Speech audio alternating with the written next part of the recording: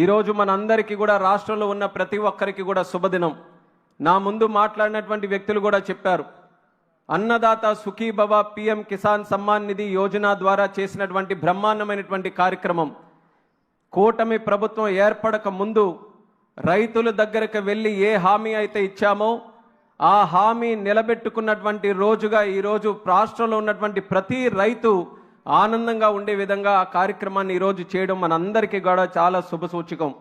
ఒక పక్కన ఆ కార్యక్రమం అయితే మరొక పక్కన ఆంధ్రప్రదేశ్ రాష్ట్ర అభివృద్ధికి మూలం, అలాగే ఒక ఫౌండేషన్ ఇచ్చే విధంగా ఎన్నో రోడ్స్ని ఈరోజు మనం శంకుస్థాపన చేసుకోవడం, ఒక 2 ప్రారంభోత్సవం కూడా చేసుకోవడం మరొక శుభదినంగా భావిస్తున్నాను.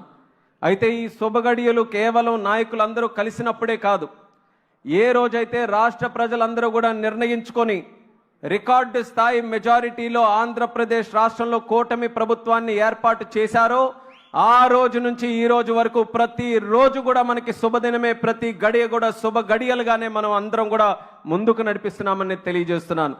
ఎన్నో కార్యక్రమాలు ఈ గత సంవత్సరం నాటిలో ఎన్ని కష్టాలు మన రాష్ట్రానికి ఉన్నా సరే అందరి తాలూకా కలయికతో, అందులో అతి ముఖ్యమైనటువంటి కలయిక ఈరోజు దేశం గర్వించేటటువంటి నాయకులు, the most popular leader in the entire world, the prime minister of India, భారత సింహం అయినటువంటి నరేంద్ర మోదీ గారు, అలాగే మన రాష్ట్ర ముఖ్యమంత్రి వర్యులు చంద్రబాబు నాయుడు గారు, మరొక పక్కన ఉప ముఖ్యమంత్రి పవన్ కళ్యాణ్ గారు, వీళ్ళు ముగ్గురు తాలూకా కలయికలో రాష్ట్రం ఎన్ని కష్టాలు ఎదుర్కొన్నా సరే ప్రజలకి మేమున్నాం, మీ కష్టాలని తొలగించడానికి మేమందరం కూడా కృషి చేస్తున్నామని గత సంవత్సరం కాలంలో ఎన్నో అద్భుతాలు ఈరోజు రాష్ట్రంలో సృష్టించారు. అందులో ఈరోజు రోడ్స్ తాలూకా విషయం చూసుకుంటే గత 5 సంవత్సరాలు చాలా కోల్పోయాం. భారతదేశం ఏ రకంగా అభివృద్ధి చెందిందో ఇప్పుడే మనం మాట్లాడుకున్నాం. సుమారు 12 కిలోమీటర్లు ఒక రోజు హైవేలు దేశంలో నిర్మించబడుతుంటే 10 సంవత్సరాలు నితిన్ గడ్కరీ గారు ఆ శాఖని ముందుకు నడిపించిన తర్వాత సుమారు 30 కిలోమీటర్లు ప్రతిరోజు కూడా హైవేస్ నిర్మించే స్థాయికి తీసుకొని వెళ్ళారు. 53,000 కోట్లు 2014లో రోడ్ ట్రాన్స్పోర్ట్ తాలూకా బడ్జెట్ ఉంటే దాన్ని 6 రెట్లు పెంచి సుమారు 3 లక్షల కోట్ల రూపాయల బడ్జెట్ వరకు తీసుకొని వెళ్ళినటువంటి నాయకుడు మన నితిన్ గడ్కరీ గారు. దాని తాలూకా ఫలితం దేశంలో ఉన్నటువంటి ప్రతి రాష్ట్రం కూడా పొందింది. కానీ మన దురదృష్టం, సరైన నాయకత్వం ఇక్కడ పెట్టుకోలేక విధ్వంసకరమైనటువంటి పరిపాలన, ఒక నీచ సంస్కృతి కలిగినటువంటి ఒక రాజకీయ శక్తులు ఇక్కడ ఉండడం వల్ల రాష్ట్రంలో మాత్రం ఏమాత్రం మనం అభివృద్ధి చేసుకోలేకపోయాం. కానీ ఇప్పటికైనా ఒక శక్తిగా ఏర్పడినటువంటి ఈ కూటమి ప్రభుత్వం మళ్ళీ ప్రతి ఒక్క విషయం మీద కూడా దృష్టి పెట్టి కేంద్ర ప్రభుత్వం తాలూకా సంపూర్ణ సహకారంతో ప్రతి ఒక్క ప్రాజెక్టును కూడా ముందుకు నడిపించే స్థాయిలో నడిపిస్తున్నాం. ఒకప్పుడు పోలవరం జరుగుతుందా లేదా అన్నటువంటి అనుమానం ఉండేది. అటువంటి పోలవరంకి కూడా కేంద్ర ప్రభుత్వం తాలూకా సహకారంతో 12,000 కోట్ల రూపాయలు శాంక్షన్ చేసినటువంటి ఘనత మన డబుల్ ఇంజిన్ సర్కార్కి దక్కిందని తెలియజేస్తున్నాను. అలాగే విశాఖపట్నం స్టీల్ ప్లాంట్, విశాఖ ఉక్కు ఆంధ్రుల హక్కు అని ఎంతో మంది పోరాటం చేసి ప్రాణత్యాగం చేసినటువంటి రోజులున్నాయి. అటువంటిది ఆ విశాఖపట్నం స్టీల్ ప్లాంట్ తాలూకా భవిష్యత్తు అగమ్యగోచరంగా మారితే దానికి సుమారు 11,000 కోట్ల రూపాయలు మళ్ళీ తీసుకొని వచ్చి విశాఖ ఉక్కుని మరింత బలంగా ముందుకు నడిపించే స్థాయికి ఈరోజు కూటమి ప్రభుత్వం నిర్ణయం తీసుకుందని కూడా తెలియజేస్తున్నాను. రైల్వే జోన్ కావచ్చు, ఇక్కడ ఈ ప్రాంత పరిసరాల్లో ఉన్నటువంటి రైతులు దేశంలో కాదు ప్రపంచంలోనే ఏ ఒక్కరు కూడా అంత పెద్ద సుదీర్ఘమైనటువంటి పోరాటం చేయలేదు. మా అమరావతిలో ఉన్నటువంటి రైతులు, ఇక్కడ కుటుంబ సభ్యులందరూ కూడా చేశారు. మరొక్కసారి మీకు సెల్యూట్ చేస్తున్నాను.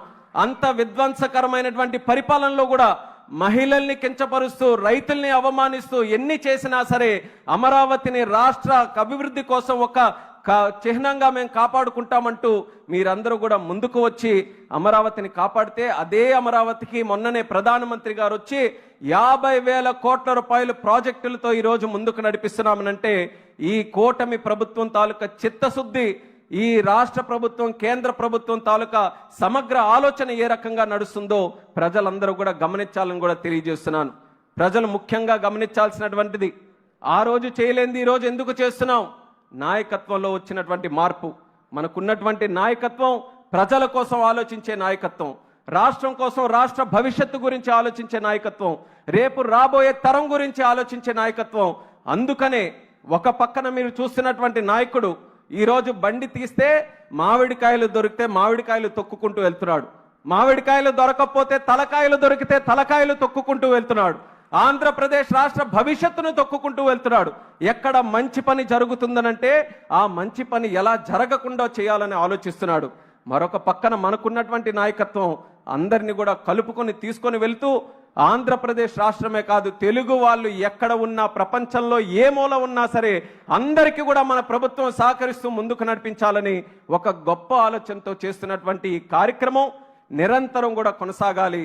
మనకు జరుగుతున్నటువంటి తప్పులు ఏంటంటే చెట్టును మనం నాటి నీళ్లు పోసి తీరా కాయలు కోసుకునే టైంకి ఒక కషాయవాడిని పెట్టి ఆ కాయలే కాకుండా చెట్టును కూడా నరికే పరిస్థితి ఆంధ్రప్రదేశ్ రాష్ట్రంలో వచ్చి ఎందుకు మనం బాగుపడట్లేదని తిరిగి మనకే ప్రశ్న అడుగుకుంటే అది ఎంతవరకు న్యాయమో రాష్ట్ర ప్రజలు కూడా ఆలోచించాలి.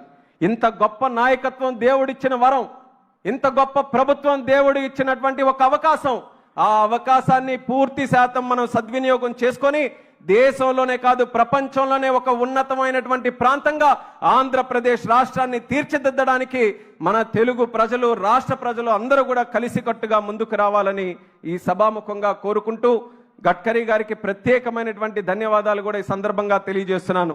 ఆంధ్రప్రదేశ్ రాష్ట్రంలో ఉన్నటువంటి 5 కోట్ల మంది జనాభా అందరూ కూడా గతంలో మరి గుంతలతో ఉన్నటువంటి రోడ్ల వల్ల ఇబ్బంది పడ్డారు.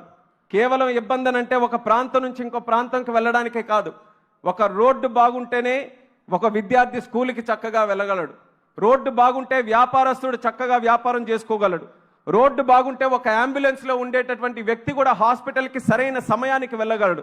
ఒక రోడ్డు బాగుంటేనే ప్రజల తాలూకా మొరాల్ కూడా బాగుండే పరిస్థితి ఉంటుంది. అది 5 సంవత్సరాలు దెబ్బతిన్న తర్వాత యుద్ధ ప్రాతిపదికన రోడ్డు ప్రాజెక్ట్స్ అన్ని కూడా మన రాష్ట్రంలో మనం తీసుకొని ఇప్పుడే రివ్యూ మీటింగ్ కూడా పెడితే 28 ప్రాజెక్టులు, 28 ప్రాజెక్టులకి తాలూకా ఖర్చు 83,000 కోట్లు.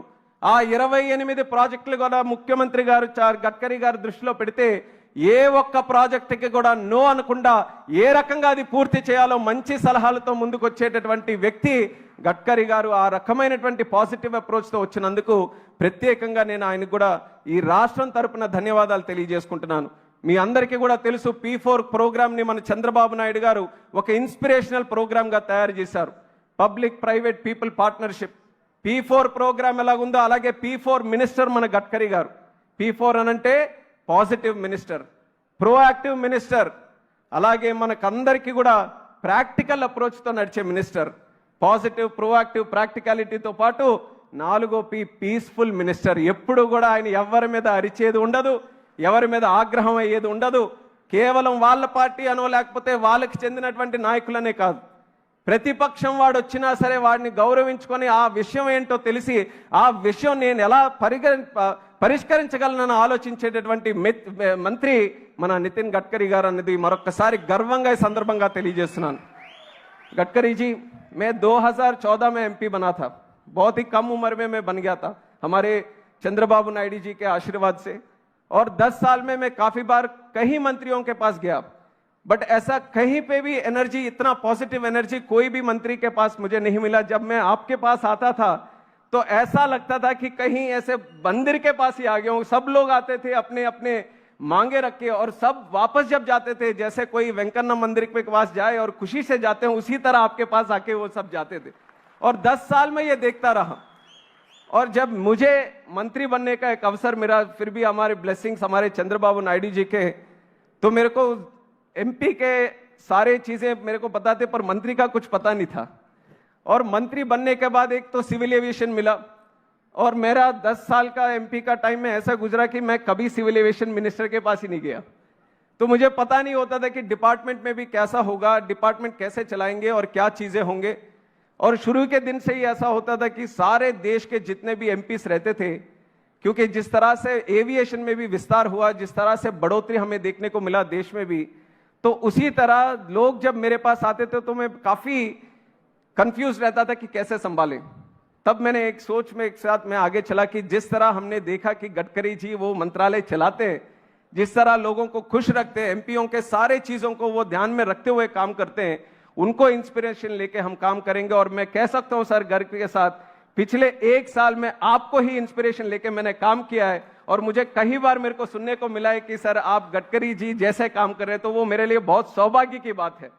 और उसी तरह आगे चलते हुए भी आपको आपके मार्गदर्शन में, क्योंकि లాజిస్టిక్స్ విషయంలో ఈ ఆంధ్రప్రదేశ్ రాష్ట్రం ఒక హబ్గా తయారు చేయాలని చంద్రబాబు నాయుడు గారి తాలూకు ఆలోచన. లాజిస్టిక్స్లో రోడ్స్ కానీ, రైల్వేస్ కానీ, ఎయిర్పోర్ట్స్ కానీ, పోర్ట్స్ కానీ, అందులో ఎయిర్పోర్ట్స్ తాలూకా విస్తరణ కూడా ఈరోజు రాష్ట్రంలో, దేశంలో అతి ముఖ్యమైనటువంటి కార్యక్రమంగా నరేంద్ర మోదీ గారు ముందుకు నడిపిస్తున్నారు. గత 10 సంవత్సరాల్లో భారతదేశంలో ఏవియేషన్ చూసినటువంటి గ్రోత్ ఏ దేశంలో ఎక్కడ కూడా చూడలేదు. భారతదేశంలో 74 ఎయిర్పోర్ట్లు 2014లో ఉంటే ఈ రోజుకి 162 ఎయిర్పోర్ట్లు అయ్యాయి. నేను మంత్రి అయినటువంటి సంవత్సర కాలంలోనే 8 కొత్త ఎయిర్పోర్ట్లు మనం లాంచ్ చేశాం. ఆ రోజు 2014లో ఎంతమంది ప్రయాణికులు ఉండేవారో దానికి 2 ప్రయాణికులు ఈ రోజు మన భారతదేశంలో తిరుగుతూ ఉన్నారు. అలాగే మనం చూసుకుంటే ఎయిర్ క్రాఫ్ట్ల తాలూకు సంఖ్య కూడా ఈ రోజు డబుల్ అయ్యింది. ఆ విజన్తోనే ఈ రోజు చంద్రబాబు నాయుడు గారు ఒక లాజిస్టిక్స్ హబ్లో మన ఆంధ్రప్రదేశ్లో ఉన్న ఎయిర్పోర్ట్లు కూడా మనం పెంచాలి, రోడ్డు నెట్వర్క్ విస్తృత చేయాలి. మనకి ఏదైతే తీర ప్రాంతం ఉందో అందులో ఉన్నటువంటి పోర్టులను కూడా మనం సద్వినియోగం చేసుకొని గేట్వే ఆఫ్ ఇండియా లాగే మన ఆంధ్రప్రదేశ్ రాష్ట్రాన్ని మనం తయారు చేయాలని ఒక మంచి ప్రణాళికాబద్ధంగా ఆయన అడుగులు ముందుకు వేయడం జరుగుతుంది. రాష్ట్ర ప్రజలకి మరొక్కసారి సభాముఖంగా తెలియజేసుకుంటున్నాను, విధ్వంసం చేయడం, చెట్టులు నరకడం, తలకాయల మీద కార్లు నడిపించేయడం, ఇవన్నీ కూడా చాలా సునాయాసంగా చేసేటటువంటి పనులు. కష్టపడ్డం, చెమటోడ్చడం, ప్రతిరోజు కూడా ప్రజల కోసం అహర్నిశలు కష్టపడ్డం, ఎంత వయసు వచ్చినా సరే ఉత్తేజంగా, ఉల్లాసంగా ఈ రాష్ట్రం కోసం అహర్నిశలు కూడా కృషి చేయడం, అది ఒక మహానాయకుడు ఉండాల్సినటువంటి లక్షణం. అది మన చంద్రబాబు నాయుడు గారికి ఉంది. అటువంటి నాయకుడిని మనమందరం కూడా ఒక అదృష్టంగా మనం తీసుకొని ఈరోజు జరుగుతున్నటువంటి కార్యక్రమంలో ప్రతి ఒక్కరు కూడా సపోర్ట్ చేసుకుంటూ ఆంధ్రప్రదేశ్ రాష్ట్రం, మన తెలుగు జాతి ఎప్పుడు కూడా నంబర్ 1గా ఉండడానికి ప్రజలు నిత్య సహకారం, నిత్య ఆశీర్వాదం అందించాలని మళ్ళీ ఈ సభాముఖంగా తెలియజేసుకుంటూ ఈరోజు ఈ కార్యక్రమం ఈ ప్రాంతంలో అటెండ్ అవుతున్నందుకు నాకు ఎంతో ఆనందంగా ఉంది.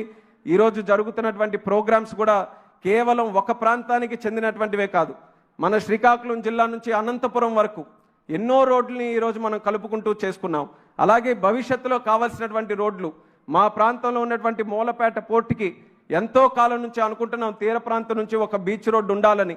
చంద్రబాబు నాయుడు గారు 10 సంవత్సరాల క్రితమే ఆలోచించారు, కానీ అవకాశం రాలేదు. అటువంటి రోడ్డులకి కూడా ఈరోజు డిపిఆర్లతో ముందుకు నడిపించి మనకి అతి శరవేగంగా ఈ ప్రాజెక్టులన్నీ కూడా పూర్తి చేసే విధంగా కేంద్ర ప్రభుత్వం, గడ్కరీ గారు అందరూ కూడా సహకరిస్తున్నారు. ఒక మంచి పాజిటివ్ అప్రోచ్తో ఈ యొక్క ఎన్డీఏ కూటమి ప్రభుత్వం ముందుకు నడుస్తుంది. దానికి ఆశీర్వదిస్తున్నటువంటి ప్రతి ఒక్కరికి కూడా మరొకసారి ధన్యవాదాలు తెలియజేసుకుంటూ మీ అందరి దగ్గర సెలవు తీసుకుంటున్నాను.